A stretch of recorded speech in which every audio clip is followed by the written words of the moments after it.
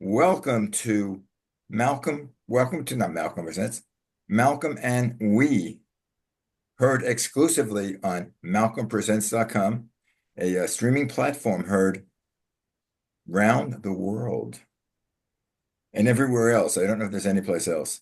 Anyway, Yeah, I'm Malcolm Berman and my co-host is Yana Larson. And Yana, please introduce our guest. yes. Greg Coleridge is the co-director of Move to Amend, a national coalition working to abolish corporate constitutional rights, also known as corporate personhood, and the equation of political money with free speech through a constitutional amendment. Previously, he spent over 3 decades with the American Friends Service Committee in Ohio, organizing and advocating on issues like peace, nonviolence, international trade, economic conversion, and monetary reform, encompassing areas such as housing, privatization, hunger, jobs, poverty, and local currencies. His work also addressed alternative media, pollution, campaign finance reform, and corporate power. Greg has also authored several books and articles on these topics, including The Depth of Change, Citizens Over Corporations, and contributed to Define Corporations, Defining Democracy. He also created the documentary Core or Nation, or is it Corp or Nation? Currently, he maintains weekly email calendars on real democracy history and monetary history and serves on the board of the Alliance for Just Money, having previously served on the board of Common Cause and was a principal with the program on corporations, law, and democracy. In his spare time, I'm not sure when he has spare time, he loves camping, hiking, walking, and swimming, especially with his wife, daughter, and son-in-law, and almost everything else outdoors. And outdoors in Ohio, which just happens to have lots of outdoor fun spots. Welcome, Greg. Thanks for joining us today. Thanks for fitting us in. Thank you for having me. Appreciate it. And Welcome hopefully aboard. the weather here, which is starting to not just rain, but lightning will not cut me off. Oh, it hasn't quite gotten here yet. I'm in another part of Ohio, about an hour away, I Yeah, guess. I'm in another part of Ohio. It's called Los Angeles. Mm. Actually, it's might rain. It's been the last 4 days has been very cloudy and overcast, but just a little drizzle. No tsunamis, no fires, no No earthquake, earthquakes. nothing major, at least here. Okay. Anyway, Greg, in your words, what basically are you trying to do? For me, it sounds like what they passed a few years ago called Citizens United. Yeah, Citizens United was the latest in a long string of Supreme Court decisions that have anointed money as free speech, meaning the amount of money spent in elections being defined as First Amendment protected free speech Mhm. and not property, which is what money is. If money is speech, those who have the most money have the most speech. Not a real good definition of anything approaching self-governance, self-determination, democracy, whatever, but more like monocracy, oligarchy, plutocracy, what you will. But also, the Citizens United decision was the latest in a long string of Supreme Court decisions that go way back that have equated a corporation with being a person and having a variety of never intended constitutional rights that were intended originally and exclusively for human beings. So those two judge-made doctrines, money is speech and a corporation is a person, is what the We the People Amendment, beginning on the very day of the Citizens United decision, as an organization decided to take on. And how we have chosen to address that is by trying to pass, enact through education, advocacy, and organizing what we call the We the People Amendment, an amendment to the Constitution. Not an easy lift, to be sure, for those of you who remember going through, you know, constitutional or government 101 in high school or college, passing a law or creating a regulation or electing someone is pretty easy stuff. compared to trying to change the fundamental rules of the game. It's only been done so far 27 times, but it's well overdue to be done a 28th time, unless you believe that the ERA is already should be the 28th Amendment to the Constitution, Equal Rights Amendment for women. Then the We the People Amendment, we believe, should be the 29th Amendment, which would do two things. One, it would abolish money being defined as free speech and would end the constitutional doctrine that a corporation is a person. Well, if I remember my con law, to pass a constitutional amendment, you need two-thirds of the states voting. Am I right on that? Well, there's two ways to do it. That's one. One is to go through Congress. The other is to do an end run around Congress. The way to go through Congress, which is the way the 27 amendments so far that we have been enacted, is to get two-thirds of the House and the Senate to go along with it. And then three-quarters of the state legislatures have to ratify. Or three-quarters. To do an end run to bypass Congress altogether is to go through the states exclusively. And that's called via an Article 5 convention. And so that convention can be as specific or as open-ended as the designers of that convention choose to be. But the basic tenets of that, as the Constitution says, is two-thirds of the state have to, agree to whatever, call for a convention, and then three-quarters, whatever they come up with, have to ratify it. And once done, then voila, it becomes the fundamental rules of the game, if you will. It becomes part of the Constitution. Yeah. So we have been up to this point, trying to go through Congress. And so this amendment that has been introduced now in Congress 5 times, I think. Each session of Congress, as people may know, every 2 years, we elect congresspersons, and everything that may have gone on up to that point, you have to start all over again. So something that is not passed but has been introduced and debated and voted on, maybe not voted on, but in some degree of development, short of passage. If it doesn't get passed, you got to start all over. So that's where we are again in the 119th session of Congress. The We the People Amendment has yet again been introduced by Representative Pramila Jayapal, a Democrat from the state of Washington. Heretofore, we have 53 co-sponsors in the House. It hasn't been introduced in the Senate. We're working to get it introduced. But look, we're under no illusion that this is going to pass anytime soon in the Senate or the House. We get it. We understand. We're not blind. We're not naive. We see who's in charge right now, who's got the reins of government right now, as grisly it may be. But you know what? It wasn't all that grand in the last session of Congress or the Congress before that, because truth be told, sadly, and it hasn't changed a whole heck of a lot, half of Congress, if not more than that, House, Senate, those guys and gals have been captured by the billionaires, the millionaires, and the corporate crowd.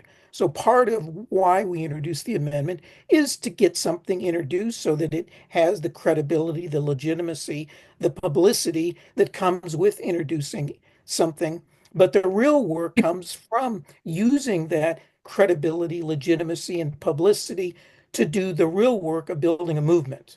Every fundamental change for justice, peace, democracy, to whatever extent we have any of those, as well as nonviolence in terms of social change, has always happened via people coming together from the grassroots. And when the public officials don't see the light, then it's up to us to make sure they feel the heat, either by themselves or to kick them out and replace them to people who are going to authentically represent we the people, because we the people have never been all the people from day one. And, Right. The effort and reality of people of color, of women, now of people of sexual orientation, have been to drive themselves into the Constitution, really where they should have been all along. And we think this amendment now, in building a movement, which other people have done in the past, that we're sort of standing on the shoulders of, is now not to drive anything in the Constitution, but to drive out money being defined as free speech and corporations being defined as persons. It's an insane and very dangerous, democratically dangerous context and doctrine. Is there a way to have the Supreme Court re-look at that decision that they made? I don't know what that would do, but if they re-looked at that decision based on the information they have now, because obviously, at least to me, it's obvious that right now the administration that we have now was basically bought by. Yeah, I can't figure out whether they're bought, rented, leased, or retained. It's basically Well, I it's use one the of word those or bought, more than that. But and you're listen. right. They have been captured, however you want to I define mean, you that. have Elon Musk, who whether you like Yeah. him or don't like him, how many billions of dollars has he spent on the election? Probably more than the rest of the Yeah, a couple election. $100 million conservatively. That's what we know of above board. Yeah, That's been He's reported, and lost. who knows below under the table, if you will, and has that's been. Yeah, one person, Pardon? yeah. and that's one person. That's one person. But the people seem to be really coming out. I don't in watching what the people all over are doing, getting together and protesting it. It seems to be more than I've ever seen, even in the 70s. So, I mean, I maybe there's hope because I think a lot of people haven't taken government or classes on all that you mentioned in Malcolm when he said con law.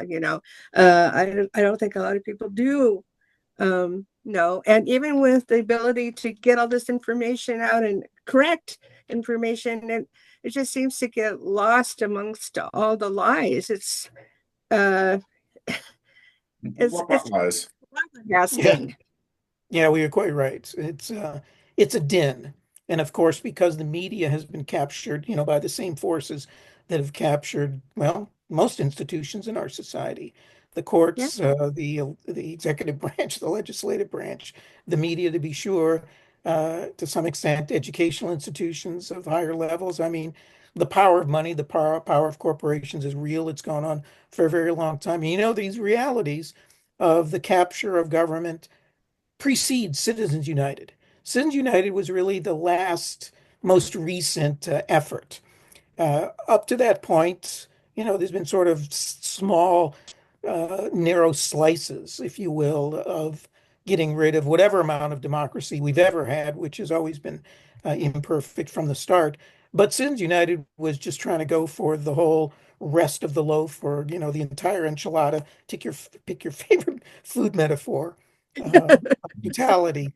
But the reality is, the day before Citizens United was passed, 2010, January of 2010, we really didn't have much of a democratic paradise. If you Mhm. think about going back to the economic implosion, Great Recession, Great Depression, from the banks back in 2007 through 2009, and how the banks were bailed out.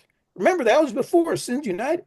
That was Yeah. before the banksters, supposedly unleashed the tsunami of money that they did after. They were pretty effective then.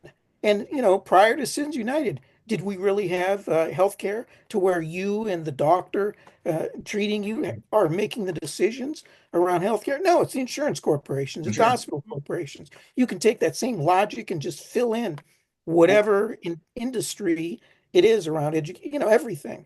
That Yeah. it's the corporate crowd and the millionaires, billionaires. Sins United made things worse. And it's true, it would be nice if we were able to go to the court and try to get the Supreme Court to, for a change, be enlightened and do the right thing. They're not set up right now to sort of be that way. It's a cast of characters that themselves have been captured. But even if they dealt with the Citizens United decision in abstract, you could get rid of it. But the constructs of money being defined as free speech, that goes back to a decision, a couple decisions back in the 1970s, Buckley versus Vallejo. And corporate constitutional rights goes back to the 1880s. And there have been a variety of decisions made since then that have equated not just corporations having First Amendment right, free speech, but the right not to speak. Remember, the Hobby Lobby decision was a decision made in which, with a straight face, the Supreme Court said not the corporate owners of Hobby Lobby, but Hobby Lobby Corporation should have freedom of religion to decide whether their employees should have healthcare coverage or not. The company, the corporation, bizarre. And, they won a variety of corporate constitutional rights, hijacking Fourth Amendment free speech, or I should say, search and seizure rights, Fifth Amendment takings rights, 14th Amendment due process, equal protection rights. So it is the whole enchilada, if you will, of corporate constitutional rights that they have won, that we're trying to, in total, abolish. Well, just taking it the next step, truly, I don't think we have a democracy or we ever had a democracy. We have a representative republic. And to me, I think if we had a true democracy, we'd have federal elections or presidential elections by popular vote. Ah, Right now, it's so gerrymandering the districts that you don't know. Well, it happened, 3 years ago, where when President when Trump won his first election, he didn't have the popular vote, that's but right. he And had. quite right. He did it It's last happened a time. lot. So there's a lot of anti-democratic provisions of the Yeah, and Constitution. to me, it's totally unfair that I live in California and we have two senators, and I come from New York. We had two senators for how many millions of people.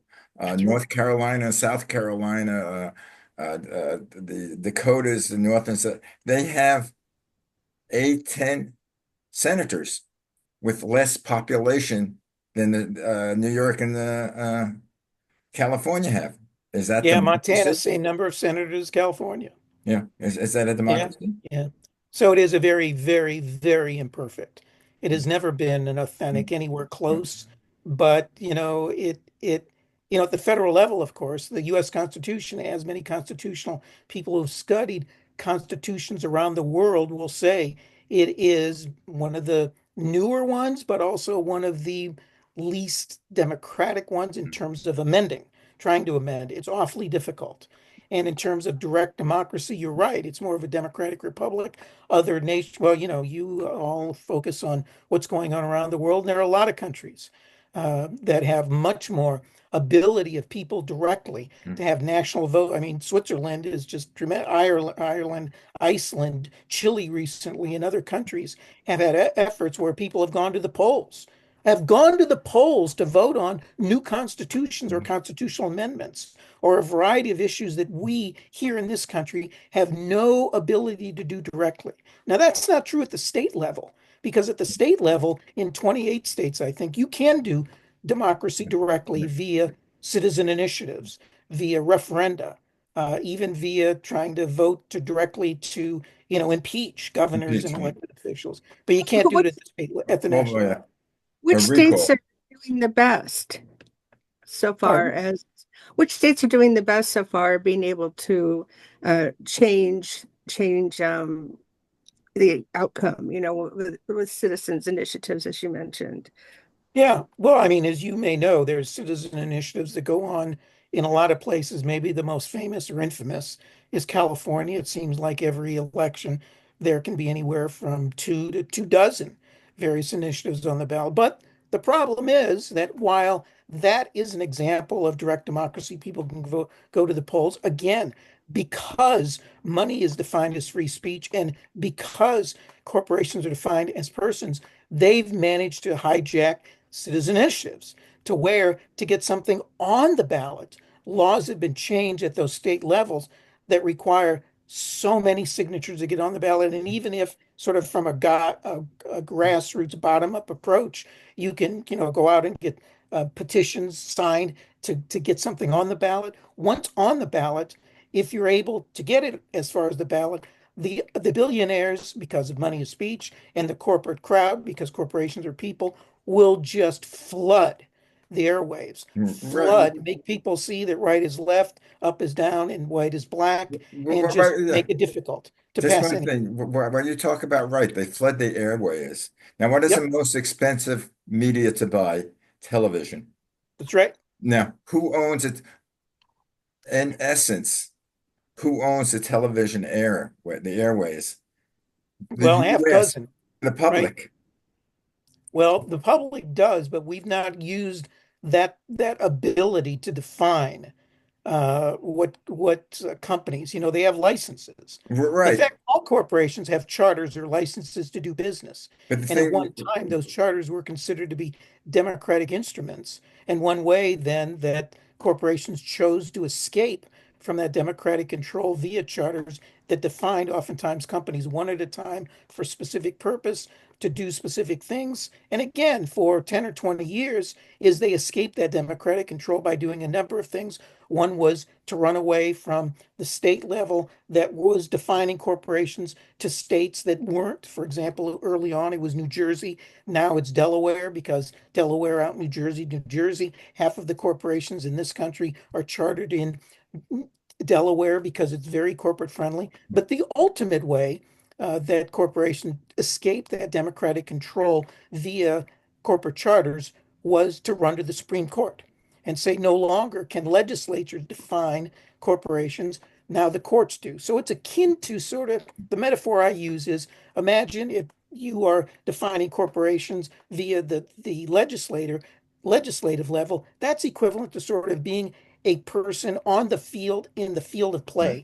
You are a player in the game. When you shift that decision making to define corporations from the legislative arena where it once was and intended to be to the judicial arena, now you no longer on the field. Guess where you are? You're in the stands. yeah. You're in the stands now cheering or booing as the Supreme Court votes in ways or makes a decision for you or against what you like, but you're not on the field. You're not making the decision. You're not, another metaphor is you're not seated around the table when decisions are being made. And guess what? If you're not around the table when decisions are being made, you're likely on the menu. But but And but that's but, what's going on today. but That's my kind of ultimate question is, why can't, I mean, in a perfect world, why can't the U.S. government, who owns the airways, make a ruling that there should be a certain amount of equal time given, or really, or even no charge Hmm. given to candidates who exhibit a certain amount of control over their population? So, Yeah. in other words, if there are, let's say, two main parties, if the two main parties control most of the voters, they know they should not be charged for putting X amount of time on the air. They had that in California for a while when I was on radio, working on Mm, radio, that you had to sell time to the candidate at the lowest possible rate. mm, mm. That's why at the end of most commercials you see is there's a voiceover saying this is approved by, and generally it's a candidate talking. Because that qualifies for them for the lowest possible rate. Why can't they do that with national TV things? Uh, You remember the old bill, the McCain-Feingold bill? um, Not familiar with it. Yeah, that was sort of that. Yeah, That was something, John McCain, Republican, Russ yeah, Feingold, Democrat, introduced this bill dealing with campaign financing that had a provision that initially, anyway, it got, sort of revised a dozen times, but the initial bill called for a certain amount of free time for yeah. candidates running for office on electronic media, radio and television, because guess what? To be a radio station, a television station, You have to you be. had to have a license. And every so many years, that license came up for renewal. And the FCC then decided whether you have, operated in public service, to which your license can be renewed. And if not, then your license was revoked. Um, Well, there's a prime example of that going on now with Comcast and Paramount, where I think that they also own CBS, which owns uh, 60 Minutes, mm, where they are trying to sell the Comcast, and it has to mm. be approved by the administration, by Administration, the right? president. So what happens is Trump now has control of what Yeah, he's trying to take control of these administrative agencies that in part that one, there right. had been sort of under the Biden administration sort of a renewal to address issues of monopolies, Yeah, which of course were just running ragged. Hey, the state that Jan and I are from, Ohio, was sort of the originator of the Sherman Antitrust Act. John Sherman was the senator of Ohio, and The Sherman Antitrust Act of 1890 was actually still, in many ways, the very best, which isn't great, to try to limit the monopolization of industries. But that is now being weakened and watered down like so many other laws. And so ultimately, to deal with this, we need better elected officials, we need better laws, we need better regulations. But all that is only going to go so far because there's only so much we can do in this narrow box. And that narrow box is the Constitution. What the Constitution allows us to do is all we can do. So our job is, if we really want authentic democracy, we've got to widen every Yeah. direction of that box. And that means changing the fundamental rules of the Mm. game. And that's what constitutions are about. Well, That's what we, the people the, And making amendment the is trying to do. president follow the law. Why can the president get away without following the law? Yeah, he so far has, because any law, as people know, is only as good as it's enforced. mm, And the courts have tried to say, now you were breaking the law, but they have really yet to hammer down and say, if you don't, here's a specific date, midnight tonight. If you don't, we're not going to extend you. We're not going to say come back and say how you're doing. No, midnight tonight, you've got to do this. And if not, you are against it, and you can technically be imprisoned. Now, yeah, that is really inviting a constitutional crisis. yeah, And so that's. far, it's something they've chosen not to sort of call the question. But I think we had on the show. I forget who it was that was saying that there's a obscure law that the president can call a national emergency and forego the Supreme Court and forego the Congress, and on his own, say this is a national emergency, suspend all elections, and uh, activate the army Yeah. in the United States. He's doing part of that now with his that border that he has, that he's having, that I forget where it is, how many miles from California to Texas, Mhm. declared an official base, and no one, Section of land. yeah, the Yeah. section of land, and no one, it's all policed by the army, which is a first. Yeah, well, he's doing as much as he can to see how far he can get away with it. And, all regimes and all, dictators, all authoritarian Yeah. rulers throughout history, you always start with the constituency that is, the most vulnerable, to see how far you can get away with in doing the law and breaking the law. Because people will put up with that, to a certain extent, because they are the most marginalized or the most vulnerable. And if you can get away with it, then the floor or the ceiling then becomes the Right. floor. And you can then transfer those same policies that was used against people that you may not like or you may not identify with, and then shift it and apply it to people like you and me, and the more mainstream. And that's when it becomes even more dangerous. And that's Yeah, the situation that it's a we're in frightening now. world out there. Yeah, yeah. So anyway, what it is we're trying to do is to help people say that, all the protesting going on out there, and there's a lot of it, it's increasing. That's a good thing. A lot of resisting, responding, that's a good thing. But to simply respond and resist is to say no. And we need to say no to a lot of things. But if all you do is say no, you're operating under somebody else's agenda. What we're trying to do is say yes to something. Mm. That besides saying no to something, what is it you want? What is it you're trying to achieve? What is it you're trying to create? Not just opposing, but proposing. Sure. So, what we're trying to do is to say that don't give up, don't stop protesting, but put it in the context of saying, yes, this is what we're against, but if we had the We the People Amendment, say 5 years ago, Yeah. we wouldn't be in the fix that we're in today. So part of what needs to happen that is saying yes is a lot of things. This isn't a magic bullet, but to have the We the People Amendment is one step to having, for the very first time, authentic democracy. And so we invite people to join us by going to movetoamend.org. That's just our general website. Could you repeat that again? Yeah, move to amend, all one word, move to Move to amend amend. org. And if they go to And move be a supporter, to be men, a monthly supporter. yeah, go to movetomen.org forward slash Hi. motion, motion, and then you can join the 520,000 people that have signed up to say, yeah, we want to be part of the solution. We want to be part of what it is we are for. And did you take donations, or how do you finance yourself? Yeah, we are completely independent. We don't accept a nickel from the government. Right now, there's 100,000 nonprofit organizations that Mm, get government funding. That's one of the next executive orders from Trump that's probably going to come down. So we have said from day one, look, that's a form of control.